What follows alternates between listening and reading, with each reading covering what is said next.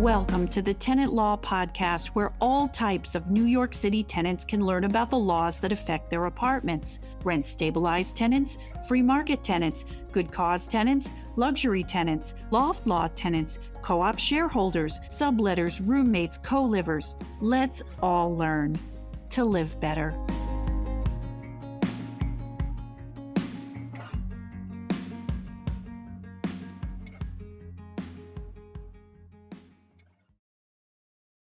I am Michelle Itkowitz, and today we are discussing a recent case out of Queens Landlord-Tenant Court that concerns the concept of retaliatory eviction.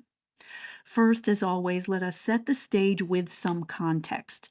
When you rent an apartment in New York City, you are not only getting exclusive use of the physical space, you're also getting a suite of services.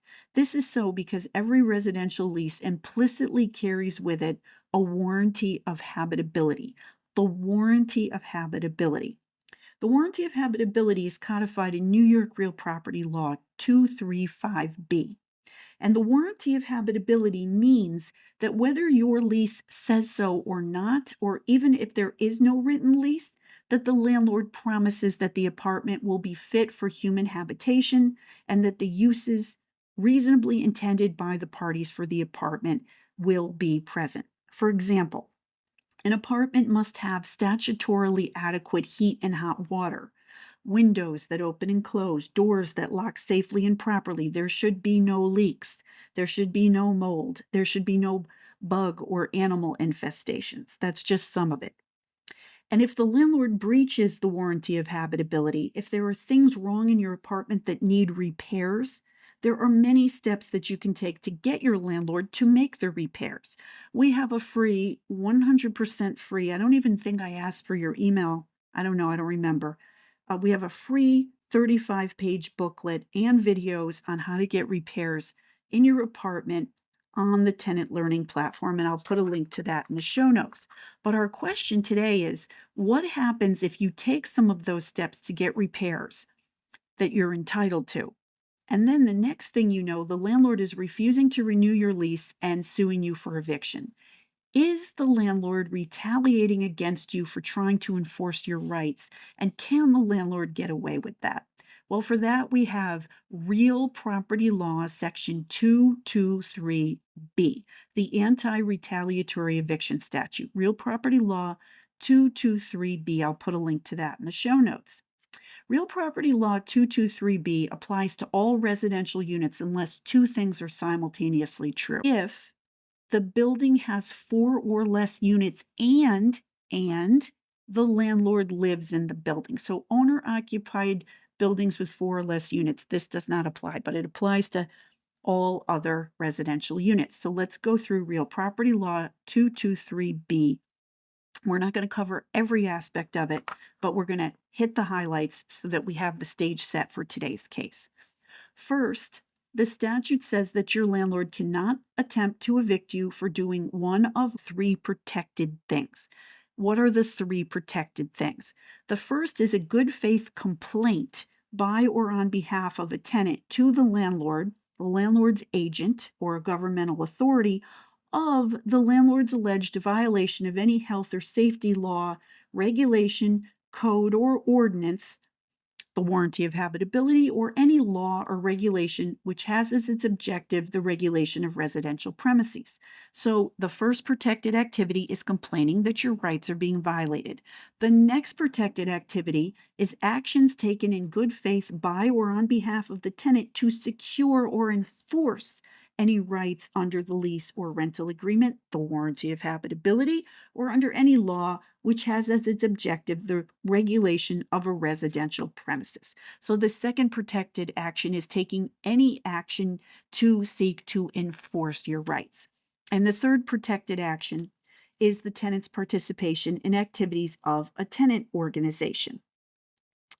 The law goes on to say that in any eviction proceeding, judgment shall be entered for the tenant if the court finds that the landlord is acting in retaliation. Well, how does the court decide if the landlord is acting in a retaliatory fashion? The statute goes on to say In an action or proceeding instituted against a tenant, there is a rebuttable presumption that the landlord is indeed acting in retaliation, automatically created if the tenant can prove that the landlord started the case, and that includes the predicate notices of the case, within 1 year after the tenant participating in any of those three protected activities.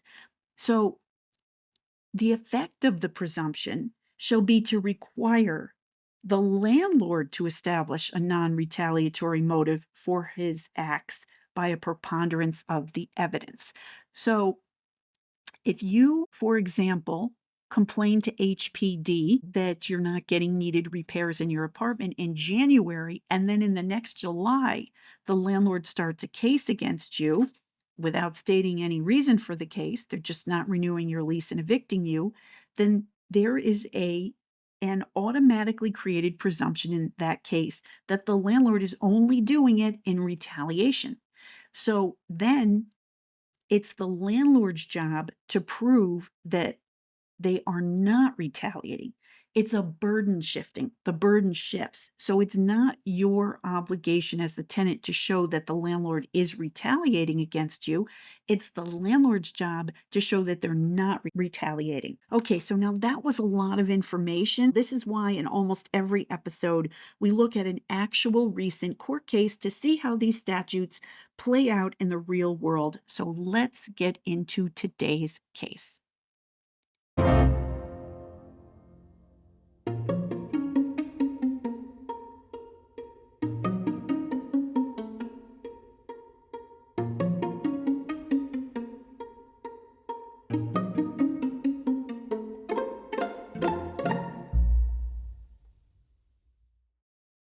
Today's case is called Lee Johnson versus Sierra. I'll put a link in the show notes.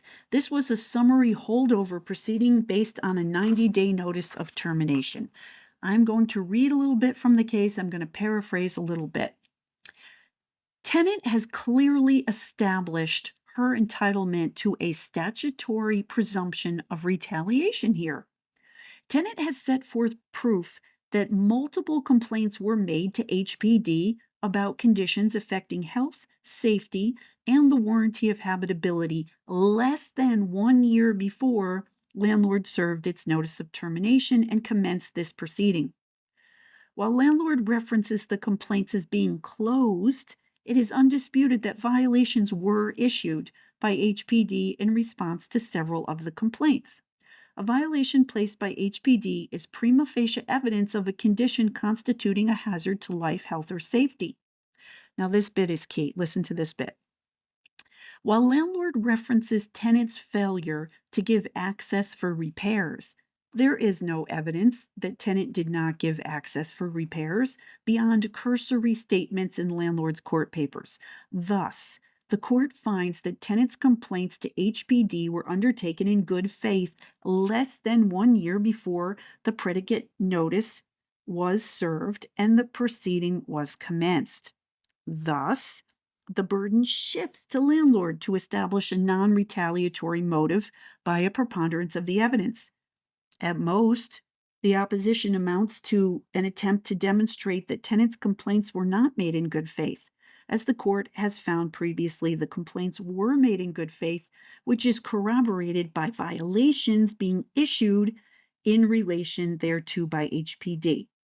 Landlord has failed to produce proof sufficient to establish a non-retaliatory motive for bringing the instant proceeding. Accordingly, the case is dismissed. Okay, so this brings us to some very important tenant takeaways, but first let's get the housekeeping out of the way. This is not legal advice and I am not your lawyer, but because I am a lawyer, this might be considered legal advertising. If it's legal advertising, it is terrible because I am asking you not to contact me. This pod is not a commercial for me or my law firm. This is simply the podcast that I always wanted to make. Let us know what topics you would like to hear more about. Please subscribe, give us the highest rating, and spread the word about this resource on your socials. It is time for the tenant takeaway.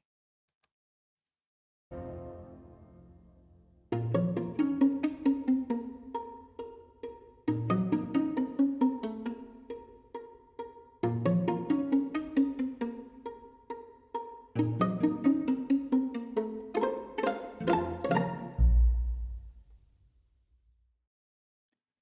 takeaway time. The free booklet I mentioned in the first segment takes you through actions you can take to get repairs from the least aggressive to the most aggressive actions. And the first thing covered in the booklet is the importance of making well documented complaints, meaning with detail. Where is the problem? When did it happen or when does it happen? Like if it's a leak, when does it occur? With pictures, with video, and in writing.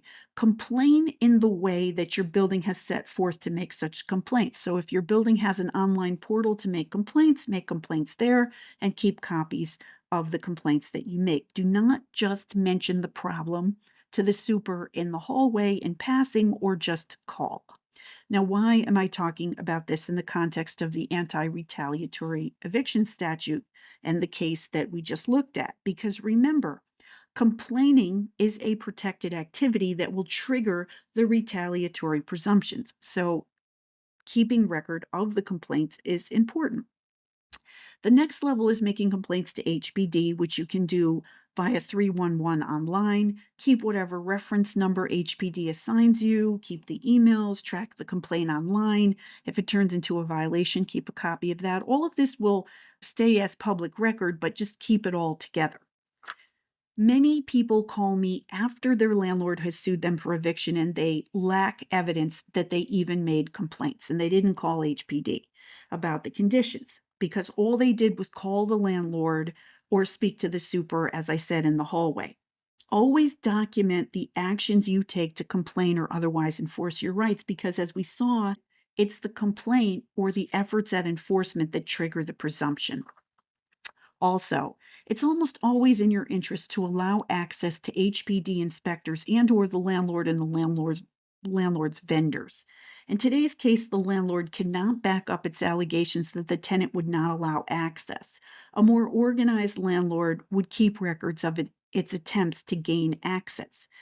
The landlord would have letters pursuant to the housing maintenance code about how to gain access. The landlord here should have had letters or videos or something showing that access wasn't granted. That might have changed the outcome here if the landlord could have established that it wasn't refusing to renew the lease because of the complaints themselves, but because it was tired of grappling with a tenant who called 311 regarding conditions, but who is documented as refusing to allow any access for the repairs to get done. So, today's takeaway is to create records of your complaints and actions to enforce your rights, and also remember blocking access can hurt you because it can overcome the retaliation presumption. Once again, this is another of these tips that I call housing court hacks that can pump the brakes on an eviction attempt. But again, as I always say, winning these housing court battles is not necessarily the same as winning a war that will create you a regulated tenancy or a forever home. Still, it can be good if you need to create leverage to make a better deal for yourself by slowing the eviction process down. Maybe you get more time to move, maybe you get more free rent, or maybe you even talk the landlord into just renewing you for another year. Finally, you don't see many cases on this, but keep in mind that one of the three protected activities is participating in a tenant association. And there you have it. Remember, New York City, the law belongs to you, but your ownership of the law is only as great as your understanding of the law. So let's learn to live better. I am Michelle Itkowitz, and this is the Tenant Law Podcast.